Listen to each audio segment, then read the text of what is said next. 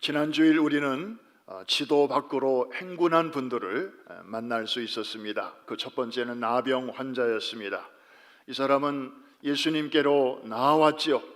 그러려면 사람들 있는 대로 가까이 다가가야만 했습니다. 이거 금지된 일이었습니다.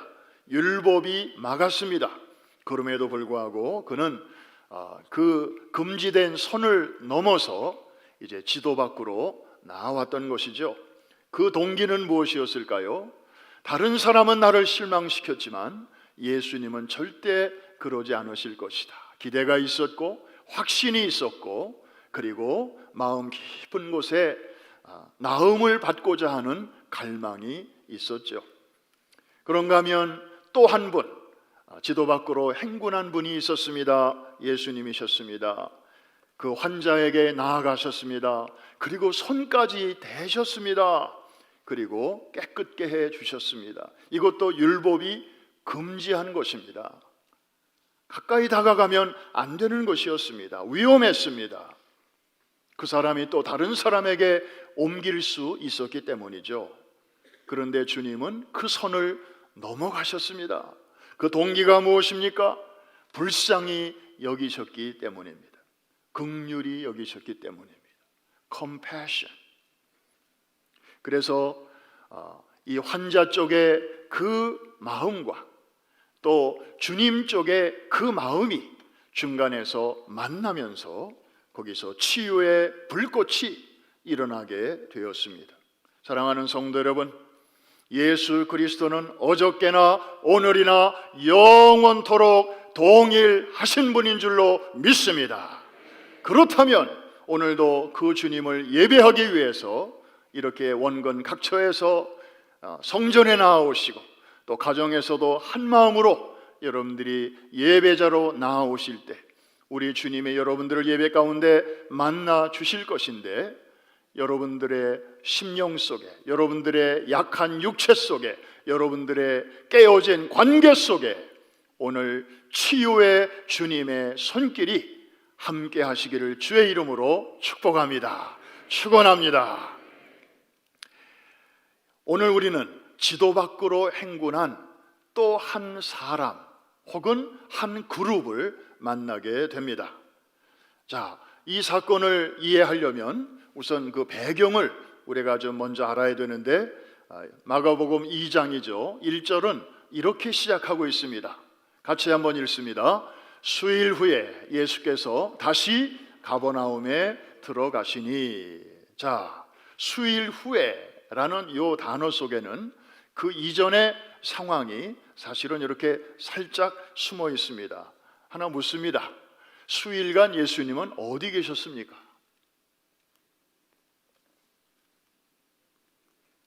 여러분 표정이, 그걸 내가 어떻게 알아요? 왜 나한테 물어요? 그걸 알려면 1장 마지막 부분을 우리가 기억하시면 됩니다. 사실은 예수님은 부지런히 막 마을마다 거리마다 다니면서 좀 사람들 만나고 좀 일을 하고 싶으셨는데, 이 나병 환자가 고침받고 가더니 갑자기 사람들이 몰려들기 시작하는 거예요. 예수님 만나려고. 그래서 그걸 딱 보시더니 예수님이 그날 스케줄을 급히 바꾸셨습니다. 마을에서 전도하시려던 스케줄을 바꾸시고 갑자기 한적한 곳으로 피신하신 것입니다. 그럼 다시 묻습니다. 예수님은 그로부터 수일간 어디 가셨나요? 한적한 곳에 홀로 계셨습니다. 물론 그때 한 4명의 제자들이 있었으니까 그 제자들과 함께 조용히 계셨어요. 그러다가 뭐 마냥 계실 수는 없잖아요. 그래서 이제 지금쯤이면 이제 사람들의 그 열띤 그 환자들이 막 나를 찾으러 만나려고 오는 그런 열기가 좀 식었겠지 생각을 하셔가지고 이제 마을로 내려오신 것입니다. 복음을 선포하시기 위해서 오신 거죠. 자, 예수님이 오신 목적을 마가복음 1장 38절에서 주님은 아주 선명하게 이렇게 말씀하신 적이 있습니다. 기억나시죠? 한번 같이 읽습니다. 이르시되 우리가 다른 가까운 마을들로 가자. 거기서도 전도하리니 내가 이를 위하여 왔노라. 저 말씀은 굉장히 중요한 말씀입니다. 예수님이 이 땅에 왜 오셨는가? 단지 병 고치고 귀신 쫓아내고 또 병 고치고 귀신 쫓아내고 뭐 그런 일을 하기 위해서 오신 분이 아니라는 거죠. 사실 그런 놀라운 일들은 예수님이 천국 복음을 전파하실 때, 그래서 하나님의 임재가 나타나고 하나님의 영광이 나타나고 그래서 하나님의 샬롬이 그 지역을 장악하게 될 때에 더 이상 어둠이 그곳에서 견딜 수 없기 때문에 쫓겨나가면서 귀신이 쫓겨나가고 그 다음에 병자들도 고침을 받고 이런 부수적인 현상으로 나타나는 것이라는 거죠. 그런데 어쨌거나 예수님이 다시 마을에 나타나셨다는 소문을 사람들이 어떻게 알았는지, 예나 지금이나 여러분 이 입소문이 참 빠르죠. 옛날에는 그 당시에는 입소문, 요즘은 카톡 소문. 뭐 몇 번 치면 이게 그냥 쫙 퍼지잖아요. 그래서 사람들이 몰려오기를 시작하는데요. 주님이 어떤 집에 들어가셨던 것 같습니다. 그런데 얼마나 많은 사람들이 모였던지 소위 입추의 여지가 없었습니다. 심지어 사람들이 들어가는 출입문이 완전히 사람으로 막혀버렸습니다. 여러분, 아무리 사람이 많이 와도 좀 들어갈 사람 들어가고 좀 급한 일이 있어서 나갈 사람이 나갈 수 있는 그런 최소한의 통로는 만들어져야 되는 거 아닙니까? 그런데 정말 나는 이번에 주님을 꼭 만나야 돼, 나는 이 병 고침을 받아야 돼, 이런 간절한 마음을 가진 사람들이 그 좁은 공간에 모여 터지다 보니까 이제 출입문마저 막히게 되었습니다. 이렇게 되기까지는 누구의 공이 클까요? 문둥병자. 요즘은 문둥병이라고 표현을 잘 안 하니까 이 나병 환자 이분의 이 홍보가 오늘의 상황을 이렇게까지 만드는데 아주 혁혁한 공을 세웠던 것이죠. 자, 모인 무리 가운데 주님은 지금 병 고치는 순간이 아니었습니다. 주님은 천국 복음을 전하고 계셨습니다. 그리고 모인 사람들은 그 복음을 경청하고 있었습니다. 물론 그 중에는 야, 저 말씀 빨리 끝나라, 그리고 우리 고쳐주는 시간이 곧 오겠지, 그리고 그 순간만을 기다리는 그런 사람들도 참 많았을 것입니다. 그런데 그 경건하고 진지한 분위기가 깨지는 사건이 발생합니다. 갑자기 이 지붕이 막 이렇게 열리더니 환자가 들것에 실려서 위에서부터 이렇게 내려오는 것이었습니다. 여러분 한번 생각을 해보십시오. 지금 이렇게 진지하게 여러분들이 예배를 드리고 있고 또 설교를 여러분들이 듣고 있는데 지금 한 분이 조용하게 들어오시잖아요. 저렇게 말고 어떤 분이 들것에 이렇게 누워가지고 그리고 4명이 양쪽에서 이거를 들고 그리고 막 소리를 내면서 발자국 소리를 요란하게 내면서 이 정막을 깨고 저 가운데 통로로 그리고 이 앞에까지 이렇게 지금 걸어 나오고 있다고 한번 상상을 해보십시오. 여러분 아무래도 이쪽을 바라보게 되지 않겠습니까?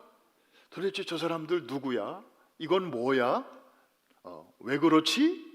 아니 지금 우리가 말씀 듣고 있는데 저 사람들은 왜 예의도 없이 정말 다른 사람 배려도 없이 저렇게 저 앞자리로 나가는 거야? 예수님은 어떻고요?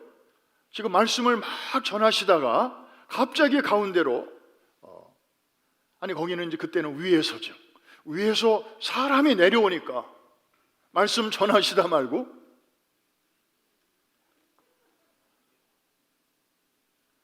주님의 사역이 중단되었습니다. 방해를 받은 것입니다.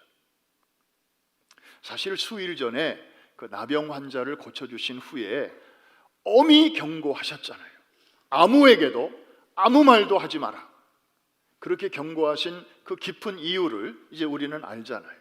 왜? 이 사람은 그냥 자기에게 일어난 이 변화가 너무 기쁘니까 이거 어떻게 뭐 감출 수가 없는 거죠. 아무도 멈출 수가 없는 거죠. 그러니까 만나는 사람마다 막 얘기를 하는데 뭐 주님이 정말 우리를 구원하시기 위해서 오셨어요, 이런 얘기보다는 내가 고침을 받았어요. 내 문둥병인데 그게 이제 사라졌어요. 이제 내가 가족하고 같이 지낼 수 있게 됐어요. 내가 사람들하고 같이 친구를 만날 수 있게 되었어요. 보세요. 주로 자기에게 일어난, 외적으로 일어난 그런 치유에 초점을 맞추어서 사람들에게 전할 것이 분명했어요. 그러면 멋모르는 사람들은 예수라는 분? 그분이 주로 그런 일을 하시는 분인가요? 오직 그런 안경을 쓰고 예수님을 바라볼 것이고, 또 그런 필요를 가진 사람들만이 예수님께 나올 것이고, 멀쩡한 사람들은 뭐 별로 관심 없을 것이고, 이제 이런 일들이 일어날까봐 주님께서는, 그런데 이제 지금 이 상황이 거기까지 이르게 된 것입니다. 지금 사람들은 막 벌써 수근수근 거리고 있고요, 더러는 이렇게 손가락질하는 사람들도 있었을 것입니다. 여러분, 이 중풍병, 요즘 스트로크라고 하지요. 이게 당사자에게는 굉장히 심각한 병 아니겠습니까? 그런데 물론 그 자리에 다른 불치병 환자들도 있었을 것이고요, 그리고 다른 환자들은 일찌감치 와서 지금 주님으로부터 뭔가 이렇게 치유를 좀 받으려고 아까부터 그 자기 순서를 기다리고 있는데, 그 사람들의 기준으로 보면은 지붕 뜯고 거기서 이 사람 이렇게 내리는 거는 일종의 새치기 아닌가요? 새치기예요. 이걸 순서를 무시하는 거예요. 우리는 아까 일찍이 와서 기다리고 있는데 도대체 당신은 뭐야? 질서도 안 지키고, 게다가 그 집이 누구네 집인지 모르지만 멀쩡한 남의 집 지붕을 뜯고 구멍을 내고 거기서 들것을 이렇게 내리움으로써 재산상 피해도 지금 입히고 있는 거예요. 게다가 여러분이 만일 그날 그 들것이 내려오는 그 근처에 있었다고 하면 하십시다. 예수님도 거기 서 계셨을 것이고, 그러면 갑자기 위에서부터 막 흙이 떨어지는 거예요.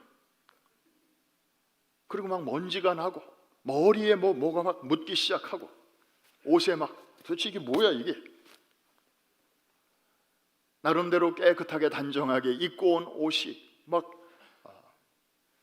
자기 머리가 망가지는 그런 상황을 우리는 쉽게 생각할 수 있습니다. 물론 고의적으로 다른 사람에게 피해를 입히려는 의도를 가지고 한 것은 아니었습니다. 그러나 결과적으로는 여러 사람들에게 피해와 불편과 그리고 불이익을 가져다 줄 수 있는 그런 행동이었습니다. 자, 그런데 정작 주님의 반응은 어떠셨습니까? 자, 말씀 전하시다가 말씀이 뚝 끊겼어요. 이 사람들 때문에. 그리고 지금 순서도 망가지고 지금 예상치 않은 그런 상황이 벌어지고 있는데, 정작 주님의 반응은 어떠셨나요?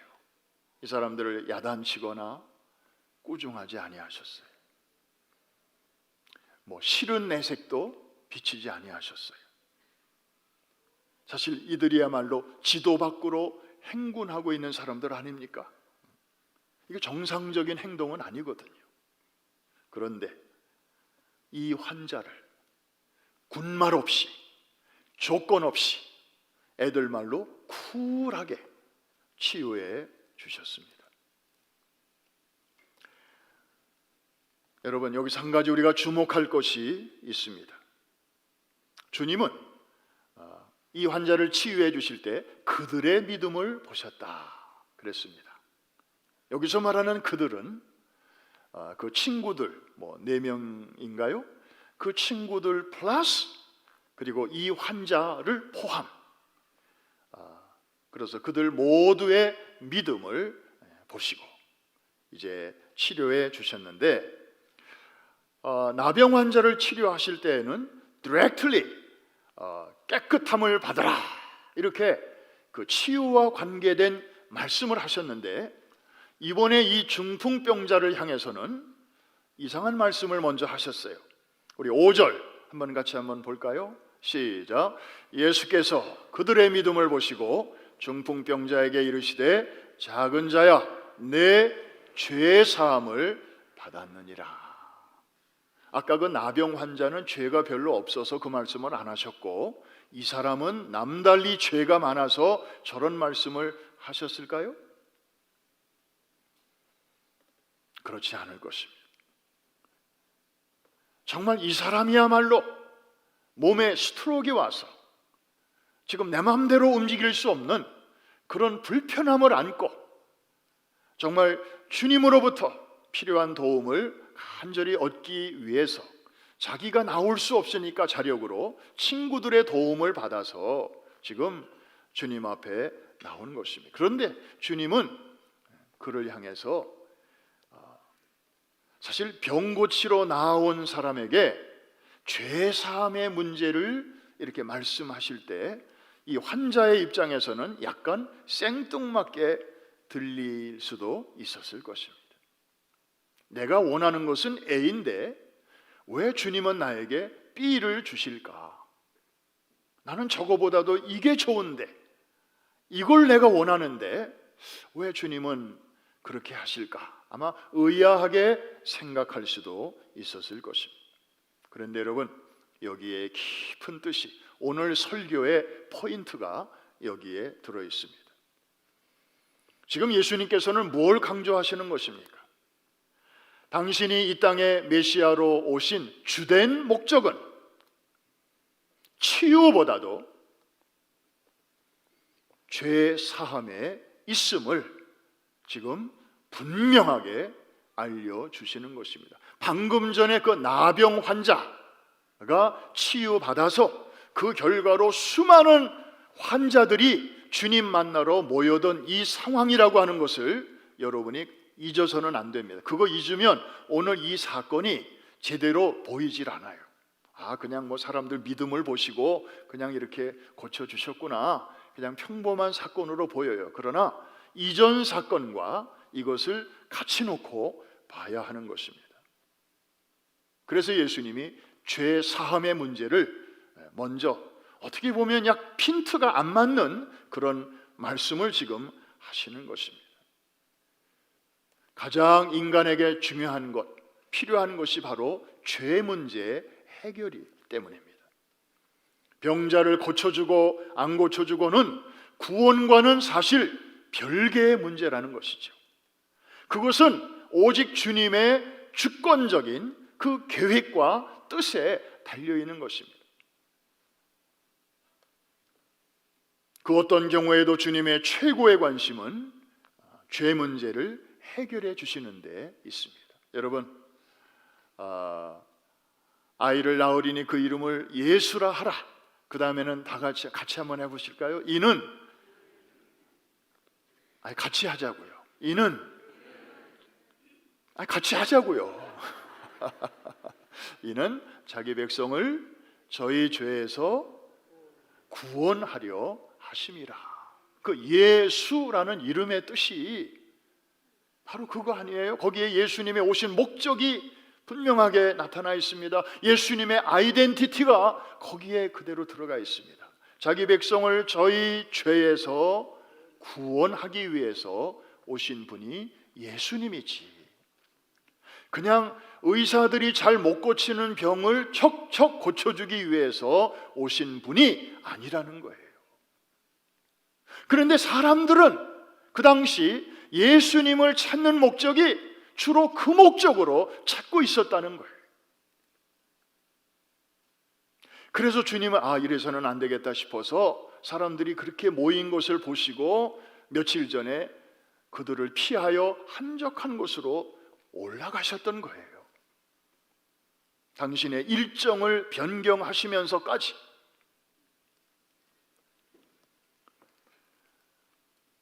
이해가 되시면 아멘 하십시다. 근데 여기에 참 그 딜레마가 있는 거죠.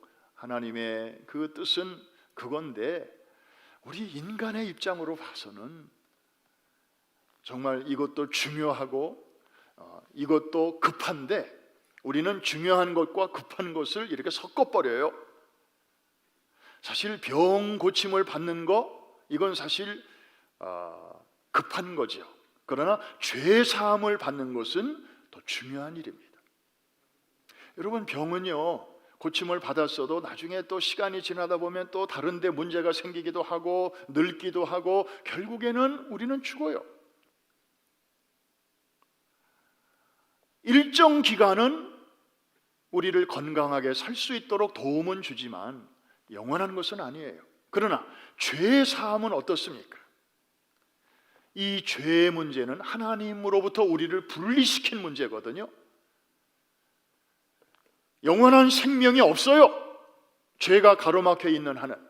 그런데 주님이 오셔서 이 죄 문제를 해결해 주시면 다시 우리가 하나님의 자녀가 되고 끊어졌던 생명이 이어지는데 이것은 다시 죽을 생명이 아니라 영원한 생명으로 이어지게 되어서 우리가 이 땅에 살면서도 영원에 잇대어 살아가게 되는 것입니다. 이해가 되시면 아멘 하십시다.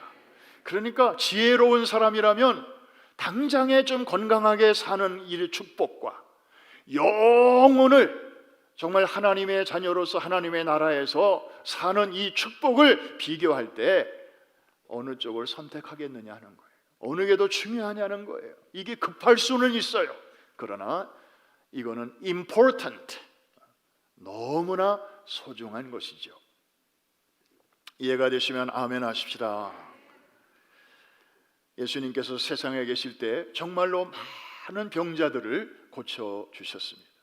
사람들은 그럴 때마다 우와 기적이 나타났네 그러면서 놀랐고 그리고 기뻐했습니다. 그런데 그 후에 그들은 어떻게 됐습니까? 그들은 다시 병들거나 늙어서 죽었습니다.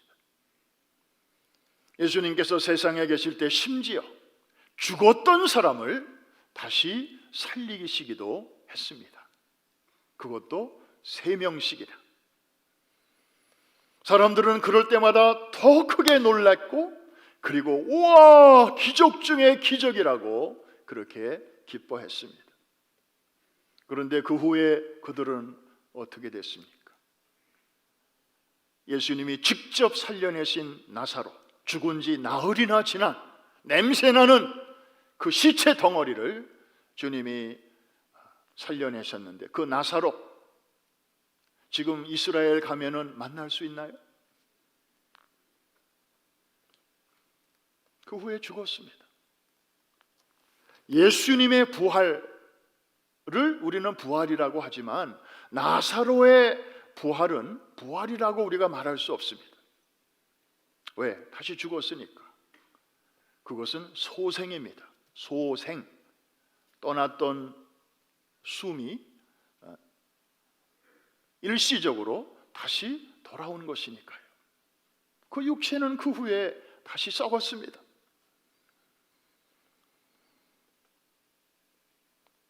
자, 여러분 앞에 지금 선물이 3가지가 놓여져 있다고 하십시다. 첫 번째 선물은 여러분들이 지금 고통 중에 있는 질병에서 고침받는 것, 그게 선물 1번.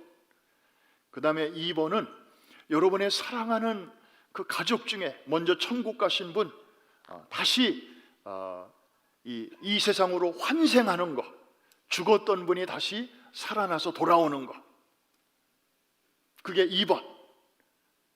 그리고 마지막 3번째 선물은 아픈 거 낫는 것도 아니고 죽었던 사람이 다시 일어나는 것도 아닌데 누구든지 예수 그리스도를 믿기만 하면 우리의 죄 문제가 해결되고 하나님의 영원한 자녀가 되는 이 축복, 이게 세 번째 선물이라고 할 때, 자, 여러분, 이 셋 중에서 딱 한 가지만 선택할 수 있다고 하면 여러분은 몇 번을 고르시겠습니까? 속으로 말하지 마요. 입으로 말하면 좀 창피하니까. 자, 1번, 2번, 3번 모르긴 몰라도 무기명으로 자기가 꼭 원하는 거 한 가지 써서 내라고 하면 1번 굉장히 많이 나올 것 같아요. 그 다음에 2번도 좀 나올 것 같아요. 그리고 제일 적게 나올 게 3번 같아요. 별로 인기가 없을 것 같아요. 왜? 이 1번과 2번처럼 무슨 드라마틱한 뭐가 없잖아요. 뭐 가시적인 뭐가 없잖아요. 그리고 너무 평범하잖아요. 그런데 여러분, 알고 보면 1번도 대단하고 2번은 더 대단하지만 이 3번이야말로 기적 중에 기적입니다. 그 이유를 여러분들이 아셔야 돼요. 자, 쉽게 이렇게 한번 설명할 수 있겠습니다. 자, 1번과 2번은 예수님께서 어떻게 행하셨죠? 말씀 한마디로 가능했습니다. 깨끗함을 받을지어다, 병 고침을 받을지어다, 그 말씀의 능력 앞에 병들이 다 치유가 되었습니다. 이게 말씀의 능력입니다. 할렐루야. 심지어 죽은 사람 살려내실 때에도 주님은 거추장스러운 절차 필요하지 아니하셨습니다. 그냥 말씀으로 라자루스 come out.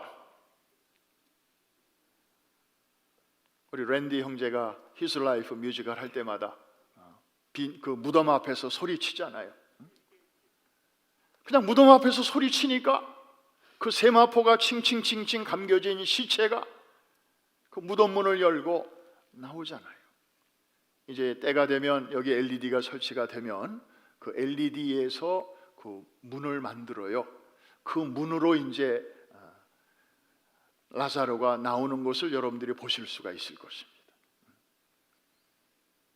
자, 말씀 한마디 하시니까 병자가 고침을 받고 죽은 자가 살아 나왔습니다. 그런데요,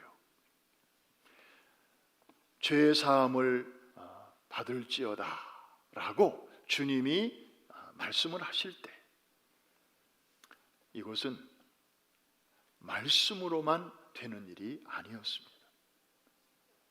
여러분, 하나님의 말씀, 예수님의 말씀은 얼마나 파워풀한지 이 세상을 만드실 때에 무엇으로 만드셨어요? 말씀으로 창조하셨거든요. 정말 이 유니버스, 보이는 세계와 보이지 않는 세계를 통틀어 창조하실 때 하나님은 말씀으로 창조하셨어요. 그 말씀의 능력이 그 정도로 대단한 거예요. 그런데 저와 여러분 속에 있는 이 죄 문제를 해결하시기 위해서는 그 어마어마한 말씀의 능력만 가지고는 부족했어요.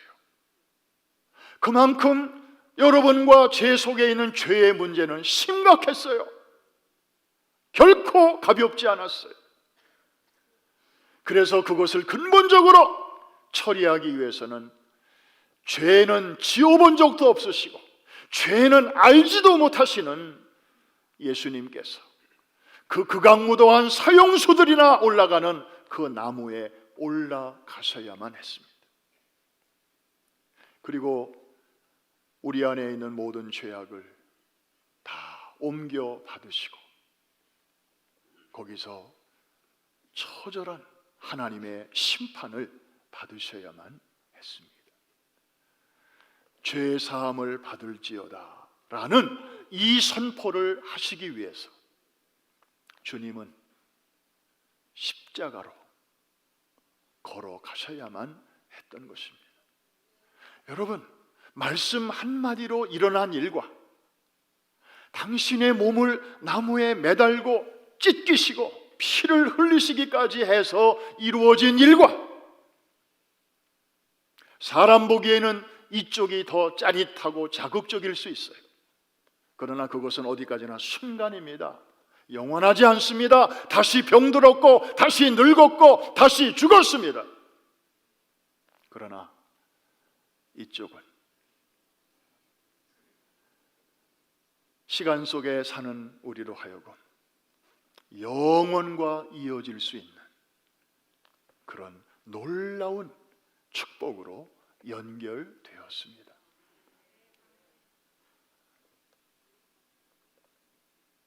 사랑하는 성도 여러분, 이제 여러분들에게 묻습니다. 예수 믿고 구원 받으셨습니까? 한 번 더 묻습니다. 예수 믿고 정말 구원 받으셨습니까? 그렇다면 여러분들은 정말 죽을 병에서 고침받은 사람보다 더 큰 기적이 이미 여러분에게 일어났음을 믿으시기를 바랍니다. 믿어주시면 아멘, 믿으시면 아멘 하십시다. 여러분은 정말 1번을 경험한 사람보다도 2번을 경험한 사람보다도 더 큰 기적의 주인공들이십니다. 옆에 계신 분에게 한번 축복하면서 그대는 가장 큰 기적의 주인공이십니다.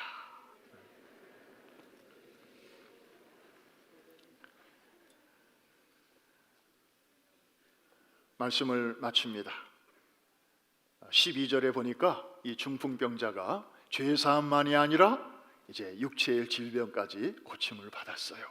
그래서 중풍병자가 일어나 곧 상을 가지고 나가니 그랬습니다. 자기가 이렇게 누워 있었던 그 들것을 자기가 들고서 이제 나가는 것입니다. 그 마음이 어떨까요? 얼마나 기뻤을까요? 얼마나 행복했을까요? 그런데 마가복음 8장 34절에 여러분이 잘 아시는 또 말씀이 하나 나옵니다. 누구든지 나를 따라오려거든 자기를 부인하고 자기 십자가를 지고 나를 따를 것이니라.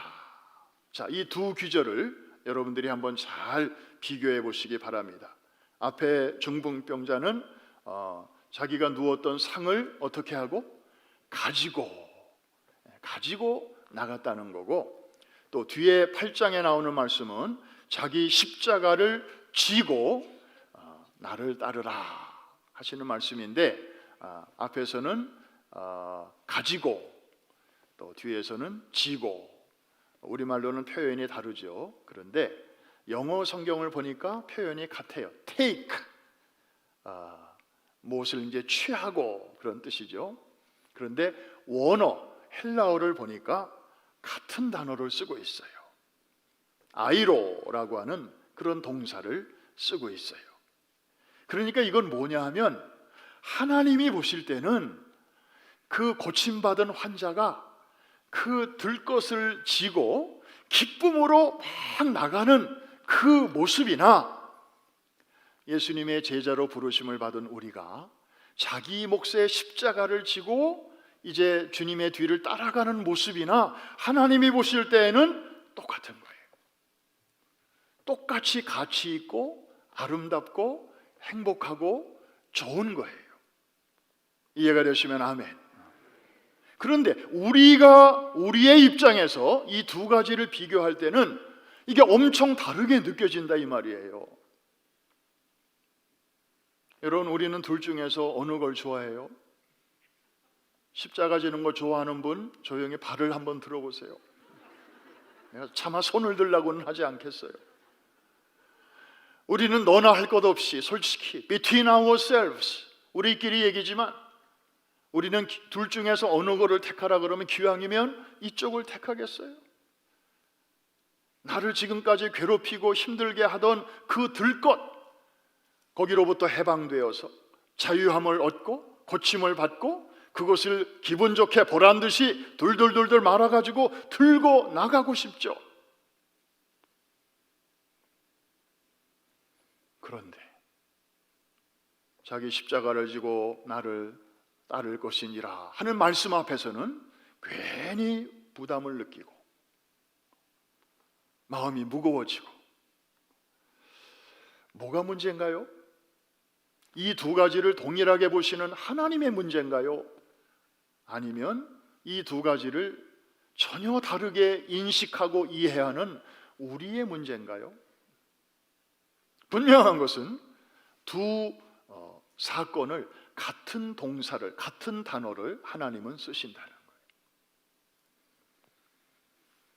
본질상 같다는 거죠.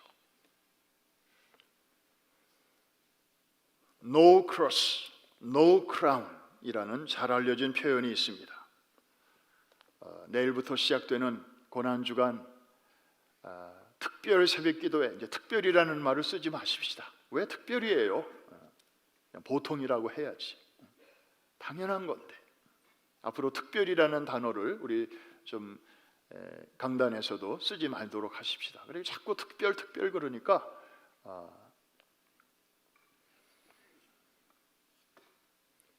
우리가 자신도 모르는 사이에 이렇게 시각이 착시 현상을 일으키는 것들이 우리 신앙생활에 많이 지금 들어왔어요. 하나님이 보실 때는 똑같은 건데 우리는 완전히 다른 거로 생각하는 거예요. 그래서 이거는 좋아하면서도 저거는 좀 싫어요. 이걸 고쳐야 되는데 잘 안 돼요. 고치려고 억지로 막 하다 보면 전화기가 먹통이 돼버려요. 얼어버려요.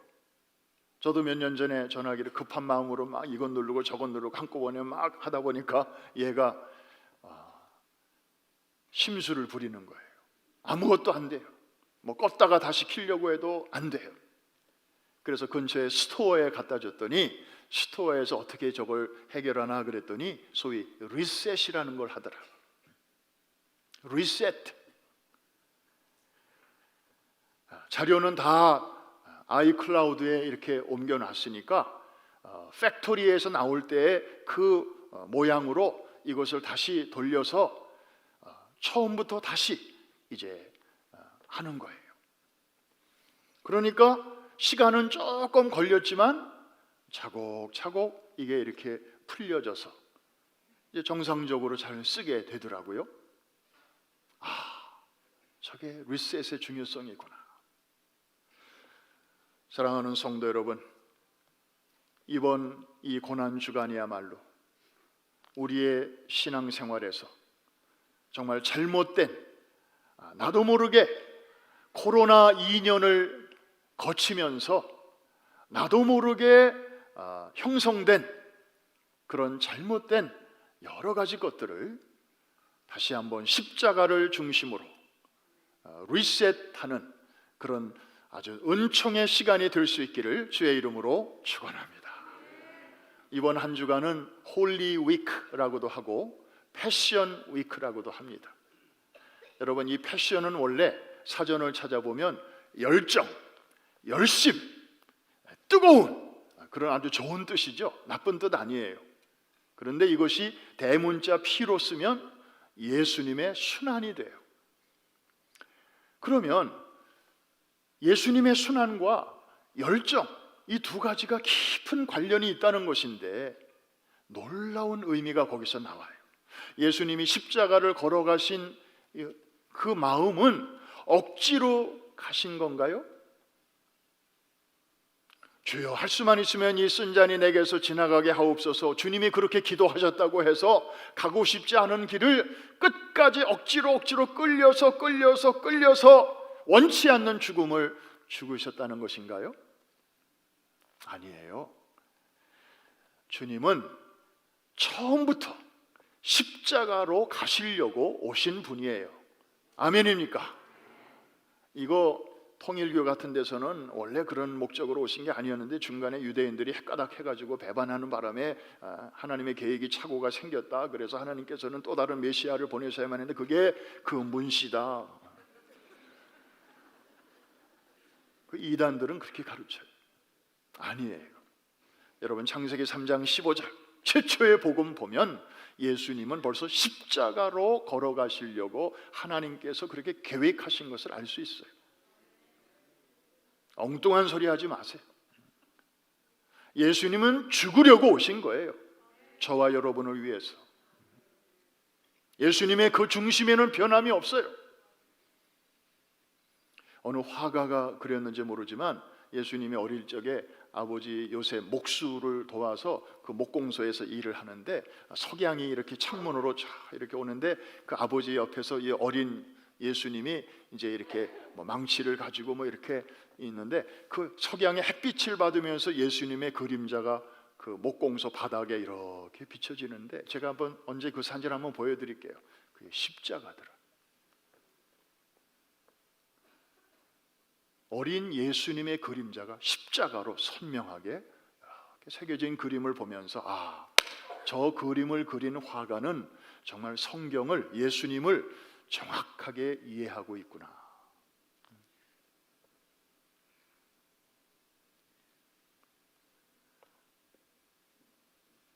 No cross, no crown. 영광은 분명히 우리 앞에 있습니다. 그런데 그 영광에 이르는 통로는 크로스, 십자가입니다. 그거를 회피하거나 그것을 우회해가지고는 아무도 하나님이 예비하신 영광에 이를 수가 없습니다. 그런데 우리는 나도 모르는 사이에 이 코로나를 겪으면서 너무 위축돼가지고 그 너머에 있는 영광만을 사모하지, 그 과정으로서의 십자가는 할 수 있으면 피하고 싶은, 그래서 어느새 리셋이 필요한 그런 상황이 되었습니다. 목마른 사슴이 시냇물을 찾아 헤매이듯이 다시 근본으로, 파운틴으로, 샘으로 돌아가는 이번 거룩한 홀리 위크 그리고 패션 위크가 되시기를 주의 이름으로 축복합니다.